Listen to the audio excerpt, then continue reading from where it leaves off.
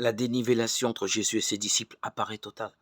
Elle demeurera inentamée jusqu'à la croix. Il y va de la signification de la faiblesse du Christ.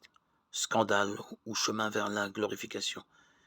Car Jésus, s'il attire l'attention sur sa mort, pense plus encore à sa résurrection. Et voici qu'à la prophétie des abaissements du serviteur souffrant correspond déjà à l'exaltation de la transfiguration avec reprise de la voix céleste. Celui-ci est mon fils bien-aimé qui a toute ma faveur. Écoutez-le, Matthieu 17, 5, Isaïe 42, 1. C'est la proclamation par le Père que Jésus est le nouveau prophète, comme Moïse. Dieu ton Dieu suscitera pour toi un prophète, comme moi, que vous écouterez. Deutéronome 18, 15.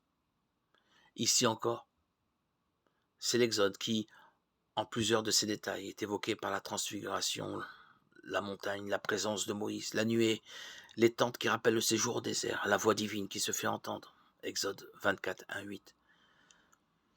Mais l'arrière-plan de la fête des tabernacles, orienté dès l'Ancien Testament vers l'eschatologie, Zacharie chapitre 14, verset 16, montre que sous les images de l'ère mosaïque, cette scène est la réalisation de l'attente messianique.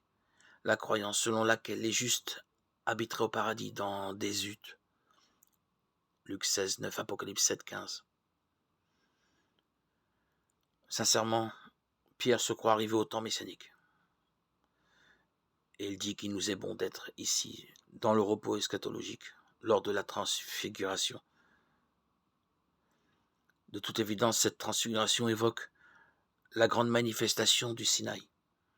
La précision de Marc, 6 jours après, invite elle aussi à penser à Moïse montant au Sinaï le 7e jour, Exode 24, 15, 16. Jésus prend d'ailleurs avec lui 3 disciples, comme Moïse s'était fait accompagner d'Aaron, Adab, Abihu et de 70 anciens. Moïse n'avait-il pas été transfiguré par la gloire de Dieu, Exode 34, 29, Marc 9, 2, 3. Et Dieu ne s'était-il pas manifesté dans la nuée, Exode 24, 15, 18, Marc 9, 7.